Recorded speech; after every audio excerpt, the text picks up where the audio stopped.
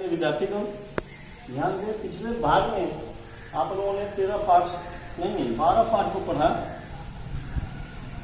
12वां पाठ था कैदी और कोकिला।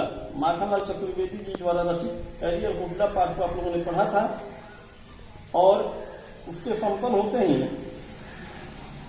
14वें पाठ की बारी इस दी आ गई कि ग्राम श्री शीर्षक काव्य जो है सुमित्रानंदन पंत जी का, वह पाठ्यक्रम से हटा दिया गया है। वह पुराने पाठ्यक्रम में था, पिछले 2 वर्षों से नहीं। तो नए पाठ्यक्रम में 12 के बाद आपका 14 पाठ ही होता है और 14वां मैं पढ़ा दूंगा। उसके बाद मात्र बच जाएगा कुल पाठ 3 ही बचेगा काव्य में, 15, 16 और 17। मेघाय यमराज की दिशा बच्चे काम पर जा रहे हैं। मात्र 3 काव्य पाठ आपके पास बचेगा पढ़ने के लिए। तो मैं 14वें पाठ को लेकर प्रस्तुत हूँ। चंद्रगहना से लौटती बेल शीर्षक है। चंद्रगहना से लौटती बेल केदारनाथ अग्रवाल जी का है। रचयिता है केदारनाथ अग्रवाल। संक्षिप्त रचनाकार परिचय को आप लोग पाठ्य पुस्तक से, मूल पाठ्य पुस्तक से पढ़ेंगे। NCERT का जो बुक होगा उसी से तब बेहतर आप जान पाएंगे, वो ठोस जानकारी मिलेगी आपको। इस काव्य पाठ में कवि का प्रकृति के प्रति गहरा लगाव दिखता हुआ नजर आ रहा है। तो प्रकृति प्रेमी है कवि, साथ साथ किसान मन वाले भी हैं। इनका किसान हृदय जो है चंद्रगहना गांव से लौटते वक्त जो रास्ता होता है वो खेतों का रास्ता होता है, खेत के मेड़ों का रास्ता है और उसी से यह गुजर रहे होते हैं। और इनका किसान हृदय कहीं न कहीं इनके अंदर किसान वाला हृदय जो है इनको अचानक रोक कर फसलों को निहारने, देखने, समझने के लिए विवश करता है। और कभी एक खेत की मेड़ पर बैठ जाते हैं और बारी बारी से सारे फसलों को निहारते हैं, प्रकृति के तमाम दृश्यों को देखते हैं और अपने पाठकों को बताते हैं अपनी भाषा में। वही है चंद्रगहना से लौटती बेल। तो आइए, कवि कल्पनाओं में है ना, राई को पहाड़ भी बनाते हैं, यह आपको पहले से पता है। कल्पनाओं के धनी होते हैं कवि। कल्पनाओं के मामले में यह काफी धनी होते हैं, शब्दों के मामले में धनी होते हैं, अलंकार के मामले में धनी होते हैं। तो आइए देखते हैं कि प्रकृति के आंगन में जो लगे हुए फसल हैं कवि को किन रूपों में दिख रहे हैं। प्रकृति की नजरों से देखते हैं, कवि की नजरों से देखते हुए पढ़ते हैं इसको। देख आया चंद्रगहना, कवि कहते हैं कि मैं देख आया चंद्रगहना, चंद्रगहना नामक गांव को तो मैं देख आया। देखता हूं दृश्य अब मैं एक नया दृश्य देख रहा हूं। देखता हूं दृश्य अब मैं। कौन सा दृश्य? मेड़ पर इस खेत की बैठा अकेला। कहां से देख रहा हूं? तो मेड़ पर इस खेत की बैठा अकेला। खेत की इस मेड़ पर बैठकर अकेले मैं अब एक दूसरा दृश्य देख रहा हूं। इस दृश्य में क्या नजर आता है कवि को? तो एक बीते के बराबर यह हरा ठिगना चना। एक खेत में ध्यान देते हैं कवि, एक खेत की फसल पर, तो दिखता है उन्हें कि हरा भरा छोटी आकृति वाला चने का पौधा लहलहा रहा है। और वो किस स्थिति में दिख रहा है? तो अब उसके ऊपर फूल लग गए हैं, उसके शीर्ष भाग पर फूल लगे हुए, कली लगी हुई है फूल की। प्रस्फुटित फूल नहीं है बल्कि बंधी हुई कली है।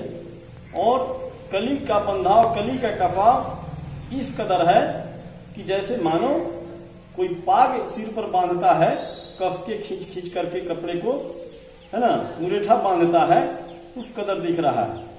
और और चूंकि चने का फूल गुलाबी रंग का होता है इसलिए गुलाबी मुरेठा दिख रहा है कवि को। एक बीते के बराबर यह हरा ठिगना चना, बांधे मुरेठा शीश पर छोटे गुलाबी फूल का।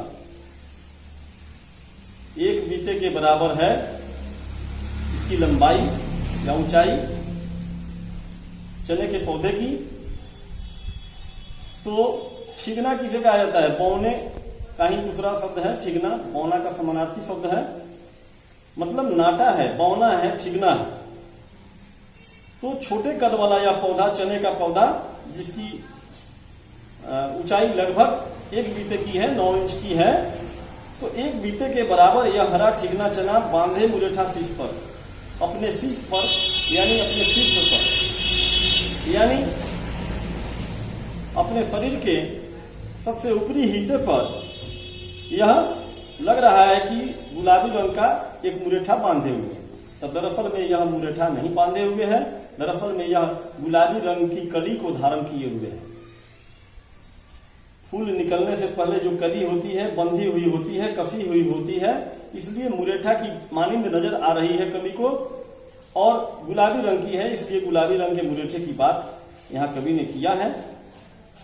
आइए, सजकर खड़ा, और यह गुलाबी रंग के पाग को लगता है बांध उन करके एकदम सज धज करके तैयार होकर के तैयार मुद्रा में खड़ा है, दिख रहा है। एक बीते के बराबर यह हरा ठिगना चना बांधे मुरेठा शीश पर छोटे गुलाबी फूल का, सजकर खड़ा है, सज धज कर खड़ा दिख रहा है।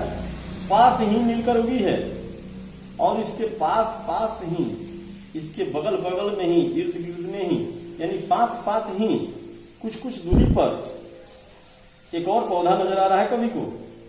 पास ही मिलकर उगी है, बीच में अलसी हठीली, यह पौधा है अलसी का। अलसी को तीसी भी कहते हैं। यह तैलीय पौधा है, तैलीय फसल है। सरसों, तीसी यानी अलसी एक साथ इसकी खेती होती है एक ही मौसम में। आइए, तो पास ही मिलकर उगी है, बीच में अलसी हठीली। अब हठीली शब्द का प्रयोग इसलिए किया गया कवि द्वारा क्योंकि चने के साथ साथ यहां चना तो फिर वहां अलसी, फिर चना, फिर अलसी, यानी साथ साथ बराबर बराबर रूप से चने के साथ अलसी भी दिख रही है। इसलिए लगता है कि हठधर्मिता अपनाए हुए अलसी भी अपने को प्रस्तुत कर रही है कि हम भी किसी से कम नहीं। तो पास ही मिलकर उगी है, बीच में अलसी हठीली, देह की पतली, कमर की है लचीली। यह अलसी जो है बदन से पतली है, देह की पतली है, बिल्कुल दुबली पतली है, और पतली होने के कारण इसकी कमर काफी लचीली है। ऐसी लचीली है कि जब पूर्वा हवा बहती है तो पश्चिम की ओर, पछुआ हवा बहती है तो पूरब की ओर, है ना, ऐसे यह बार बार दोलायमान, झुकायमान होती रहती है। तो समझिए यह बिल्कुल साइकिल के स्कोप के बराबर इसका वजन होता है, इतना ही मोटा। तो काफी पतली होती है और लचीली भी होती है। स्वाभाविक सी बात है पतली होने के कारण लचीली होना। तो चलिए, ये जो अलसी का पौधा दिख रहा है, यह ऐसा लग रहा है कि हठधर्मिता अपनाए हुए है कि हम भी चने से कम नहीं हैं, हम चने से अलग क्यों रहें, हमारा भी अस्तित्व है यहाँ पर।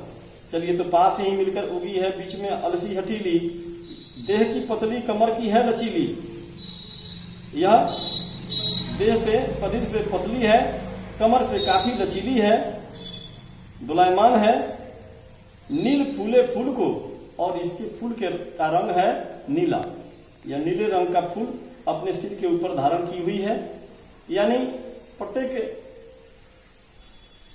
पौधे का, प्राय अधिकांश पौधे का यह स्वभाव होता है ऊपरी हिस्से में फूल देने का, यह उसकी प्रकृति होती है। तो अलसी का पौधा भी अपने ऊपरी हिस्से में, सबसे ऊपरी हिस्से में जो है फूल देता है। तो नील फूले फूल को सिर पर चढ़ाकर, सिर पर चढ़ाने का मतलब है कि सबसे ऊपरी हिस्से पर यह अपने फूल को धारण की हुई है, जो नीले रंग का है। नील फूले फूल को सिर पर चढ़ाकर कह रही है जो छुए यह दूं हृदय का दान उसको। और शायद यह कह रही हो कि जो भी मुझे छुए, जो भी मुझे टच करे, जो भी मुझे स्पर्शित करे, मैं उसे ही अपना हृदय दान कर दूं, यानी अपना दिल दे दूं, है ना। तो जो भी कह रही है जो छुए यह दूं हृदय का दान उसको, जो भी मुझे छुए, है ना, पहली बार मैं उसे ही अपना हृदय दे दूं, दे बैठूं। और सरसों की न पूछो। और दूसरे खेतों में सरसों का भी लहलहाता फसल नजर आ रहा है। सरसों भी फूल चुका है इस वक्त। सरसों के पौधे में भी, सरसों के पौधे के ऊपरी हिस्सों में भी फूल लग चुके हैं और उनके फूल की कली नहीं बल्कि उनके फूल प्रस्फुटित हो चुके हैं, पूर्णतः पीले पीले दिख रहे हैं। तो पीले दगदग फूल दिखने के कारण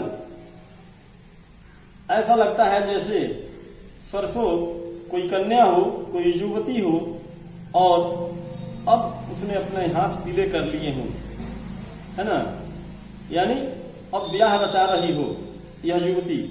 और शायद इसी की ब्याह की खुशी में, इसी के विवाहोत्सव में ये फाल्गुन महीना फाग गाता हुआ प्रस्तुत हो चुका है और चारों ओर वातावरण में रोमांच ही रोमांच का साम्राज्य है। आइए तो और सरसों की न पूछो, इसकी तो बात ही अनोखी है, इसकी तो बात ही अलबेली है। हो गई सबसे सयानी, या इन सारे फसलों में सबसे सयानी हो चुकी है, तभी तो हाथ पीले कर लिए हैं। ये तो हाथ पीले कर लिए हैं, इसका मतलब कि वो पीले पीले रंग के जो फूल हैं वो पूर्णतः प्रस्फुटित हो चुके हैं, यानी इन लोगों के फूल की कली लगी हुई है इनके ऊपर, तो इसके फूल प्रस्फुटित हो चुके हैं। ये सबसे सयानी दिख रही है, हाथ पीले कर लिए हैं, ब्याह मंडप में पधारी। ऐसा लग रहा है कि हाथ पीला करके ब्याह मंडप में पधार चुकी है ब्याह करने के लिए, ब्याह रचाने के लिए।